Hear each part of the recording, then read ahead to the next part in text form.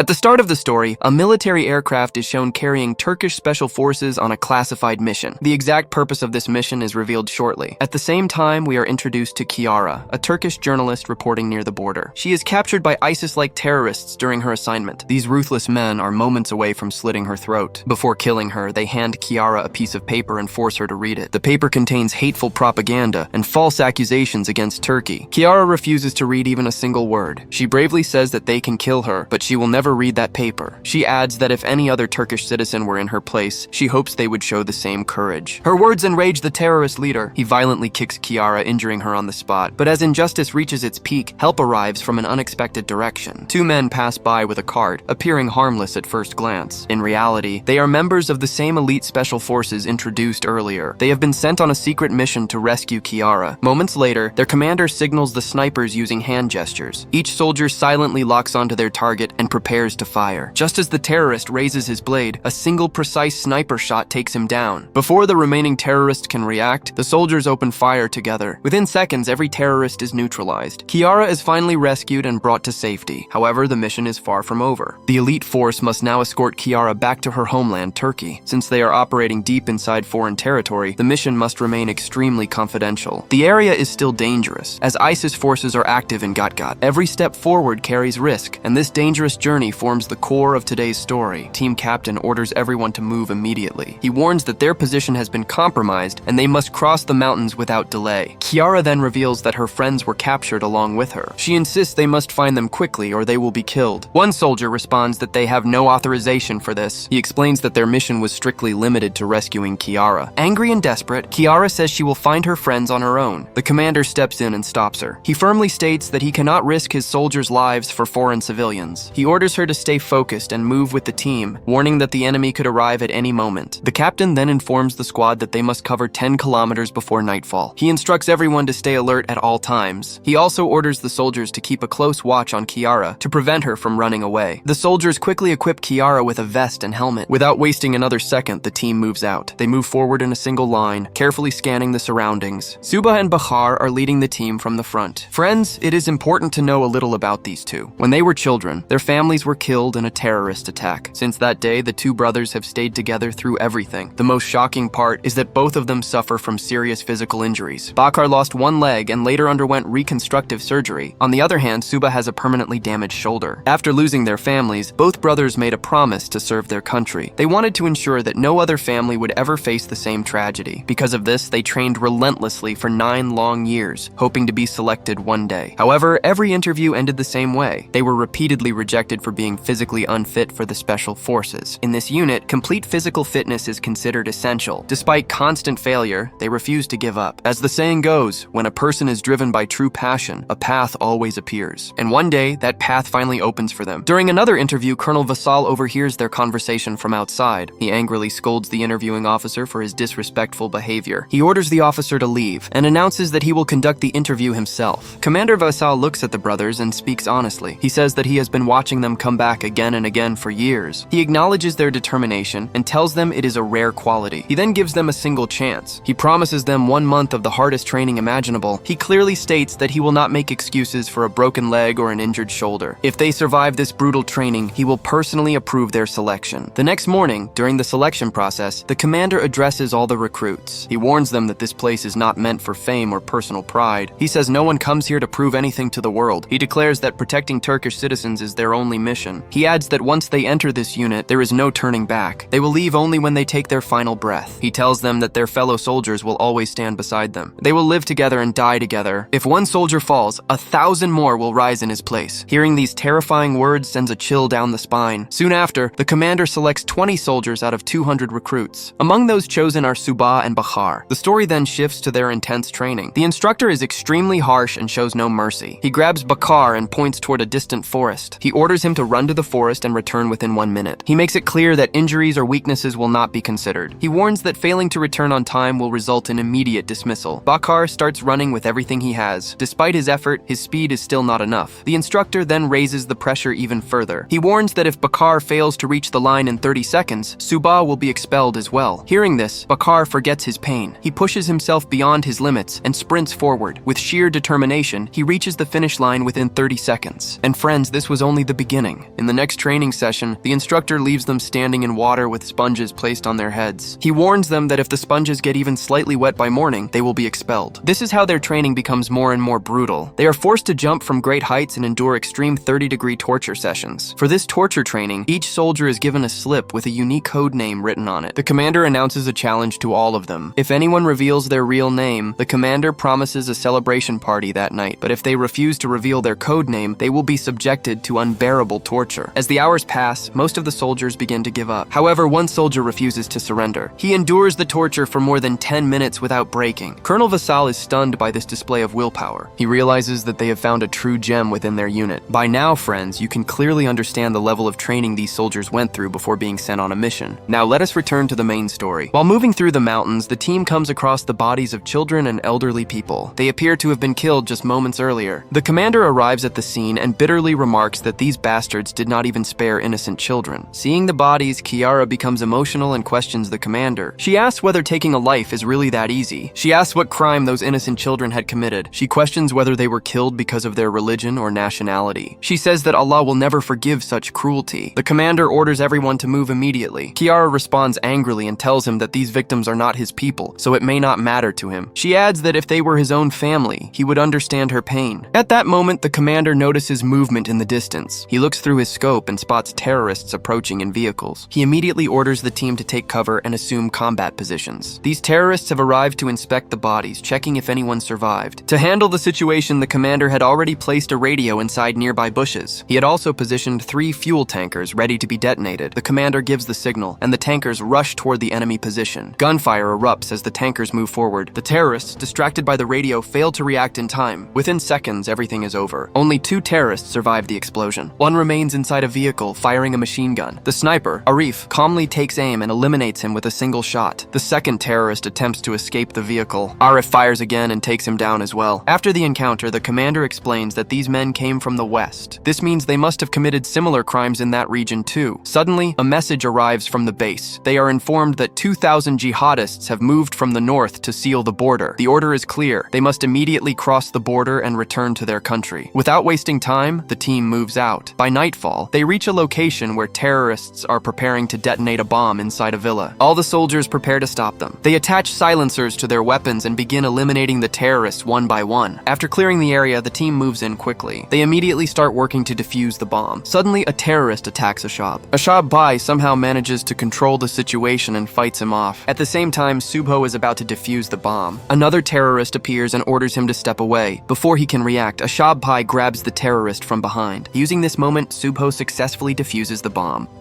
The next day, Subho is seen teaching Kiara how to use a pistol. Kiara asks him how it feels to kill someone. Subho calmly replies that they do not enjoy killing. He explains that every kill leaves a permanent scar on their hearts. After moving a short distance, they witness another horrifying scene. A terrorist is holding a young woman hostage. He begins pouring petrol on her, preparing to burn her alive. Seeing this, the commander advances through the bushes with a few soldiers. He orders the sniper to take the shot before the terrorist can light the fire. Within seconds, Arif Bai eliminates him with a perfect headshot. From the bushes, the soldiers open fire on the remaining terrorists. A fierce gunfight breaks out. From above, Arif Bai provides constant sniper cover. One by one, the terrorists are taken down. Suddenly, one of the soldiers is hit by an enemy bullet. It becomes clear that an enemy sniper is positioned on the mountain. The enemy sniper takes a shot, nearly killing Arif Bai. Both manage to survive the attack. This time, Arif Bai refuses to let the enemy escape. He quickly takes position and ends the threat with a single precise shot. The commander then rescues the young woman. Overwhelmed with emotion, she thanks him and says she will pray to Allah every day for her rescue. She repeatedly says Amen. The commander becomes emotional as well. He remembers his own daughter, who used to hug him and say the same words. But now she is no longer alive. Soon after, they find a Russian soldier in critical condition. He explains that his unit came on a similar mission to rescue their citizens. However, all of his comrades were killed. The commander gives him morphine to ease his pain. He then asks how many enemies they were facing. The Russian soldier replies that there were nearly 2,000. Hearing this, the commander is deeply shaken. He realizes they must leave immediately or face the same fate. The commander offers the wounded soldier more morphine. The soldier refuses and asks him not to waste it. He says the commander may need it later. Accepting his fate, the soldier says it is time for him to meet God. He admits he can no longer live in his broken body. He asks the commander to shoot him and set him free. Seeing the unbearable pain the soldier is enduring, the commander makes a difficult decision. He chooses to grant the soldier his final release. Meanwhile, Kiara tries to gather information from the young woman. However, the girl remains silent and says nothing. Soon after, the girl leads them to her village. The soldiers carefully search the entire area. They secure the surroundings first to ensure no terrorists are hiding nearby. After a thorough check, they find no threats. It becomes clear that the village is home to ordinary civilians. Suddenly, the girl runs forward and hugs her mother. Seeing this emotional moment reminds all the soldiers of their own families. An elderly man approaches the commander and thanks him for saving their children. He also informs the commander that only one soldier remains in the village. His name is Burhan, and he lost a leg during the war. Burhan meets the team and welcomes them into his home. After eating and drinking, the soldiers decide to rest there for the night. Later, a message arrives from the base. They are informed that the next day, 1,000 Iraqi terrorists will attack the village area. The order is clear. If they are anywhere near the area, they must not engage. They must focus only on their mission and escort Kiara safely back to the country. A helicopter will arrive the next morning to extract them. Hearing this, the commander is left deeply conflicted. He realizes that the same village that helped them today will be destroyed tomorrow. Without thinking further, he decides that they must leave. 7 soldiers cannot fight against 1,000 terrorists. It would be impossible. Kiara becomes furious upon hearing this decision. She accuses the commander of preparing to flee while innocent people face death. She questions what kind of military training teaches abandoning helpless civilians. The commander responds firmly. He says saving the village is not part of his mission. He reminds her that he must answer to his superiors. He orders her to stay quiet and prepare to leave since helicopters are arriving in the morning. Kiara refuses to accept this. She tells the commander that if he is leaving the villagers behind, he should leave her too. She declares that she will stay and fight alongside the villagers. She asks him what the terrorists would do to innocent children. She asks what he would do if it were his own daughter. She challenges him by saying that if he cannot protect them, she is not going anywhere. Later that night, the commander is seen writing a letter. He asks Subho what he would have done in the same situation. Subho replies honestly. He says he could never abandon helpless people like this. He believes doing so would go against humanity. Hearing this, the commander praises Subho. He tells him that one day he will become a great officer. He reveals that from the moment he saw Subho and Bakir, he knew they would never give up. The commander then makes his final decision. He announces that they will stay, they will protect the village and fight against the 1,000 terrorists. The next morning, the soldiers load all the children onto a helicopter. Seeing this, Kiara is filled with joy. She tells the commander that she will stay and fight alongside him. The commander firmly refuses and tells Kiara that his first priority is to get her safely to the border. He asks her to promise that she will neither write nor speak to anyone about this war. Kiara insists on staying, but the commander gently tells her that if she respects him even a little, she must leave. Before parting, the commander hands Kiara the letter he was writing the previous night. He tells her to read it only after crossing the border. The commander then contacts the master sergeant at the base. He informs him that they are not returning. He declares that their mission is not over yet. They have decided to fight the 1,000 Iraqi militants. He personally asks each soldier for confirmation. Every single one of them agrees to fight. Without wasting any time, they begin preparing for battle.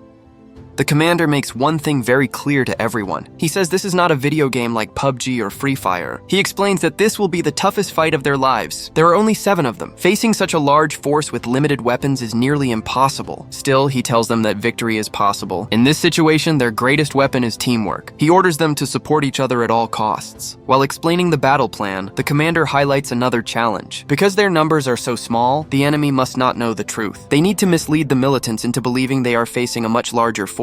After this, the team moves out to plant bombs along the route. Their goal is to eliminate as many militants as possible before direct combat begins. The commander explains that every fighter will need someone to supply ammunition. At that moment, a village girl steps forward. She asks the commander to give her a chance to help. She says her grandfather once told her that every war creates a new warrior. The commander smiles and agrees. He tells her that her grandfather served in the army and that his blood flows through her veins. After completing all the preparations, the team waits for the enemy. Soon, Sniper Arif reports that the militants are approaching. The commander orders everyone to get ready. All the soldiers immediately move to their assigned positions. Meanwhile, the commander and Subho move to the front line. They wait for the enemy to reach the planted explosives. As soon as the militants step onto the trap, the commander presses the remote. A powerful explosion wipes out the front group of terrorists. Before the enemy can react, the commander and Subho open fire. From above, Sniper Arif begins eliminating targets one after another. One enemy narrowly escapes Arif's shot at the last second. At the same time, several terrorists manage manage to enter the village.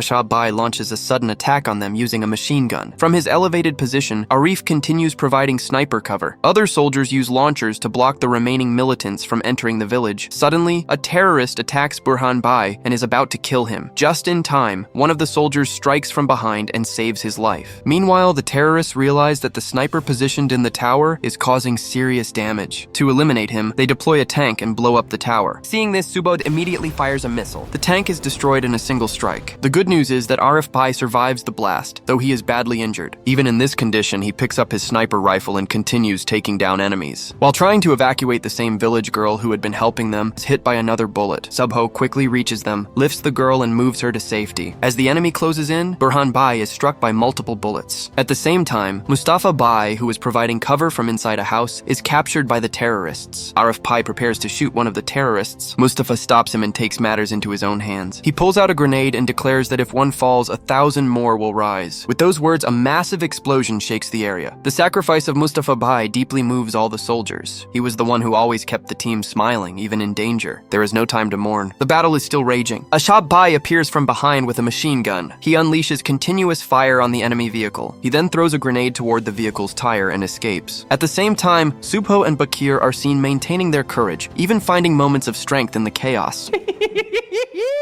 Ashab Bai moves forward alone and fires relentlessly at terrorists hiding in the bushes. Meanwhile, the other soldiers attempt to move Burhan Bai to a safer location. Suddenly, a bullet strikes from behind. A sniper's shot hits Babas Bai in the stomach. Arif urges him to move quickly. Babas Bai replies that he cannot move anymore. He tells Arif to use him as a shield and take out the sniper. Arif refuses, calling the idea insane. Babas Bai insists and explains that his wounds are fatal. He begs Arif to end it and eliminate the enemy. With no other option, Arif positions himself behind Babas Bai. He fires a single shot and destroys the enemy sniper along with his scope. They quickly climb up and take cover in a safer position. At this point, the soldiers realize they are almost out of ammunition. The commander asks the village girl to bring extra magazines. He promises to cover her while she moves. The girl refuses and says that war creates warriors. She tells him to stay back and says she will bring them herself. Hearing her words fills the soldiers with renewed determination. The commander hands her a pistol. With fresh resolve, the soldiers launch a fierce counterattack. They strike the terrorists so aggressively that the enemy barely has time to react. A prolonged and brutal battle follows. Eventually, the soldiers run completely out of bullets. They are forced to engage the terrorists directly. Suddenly, the commander spots a terrorist charging toward them with a bomb strapped to his body. The commander has only one bullet left.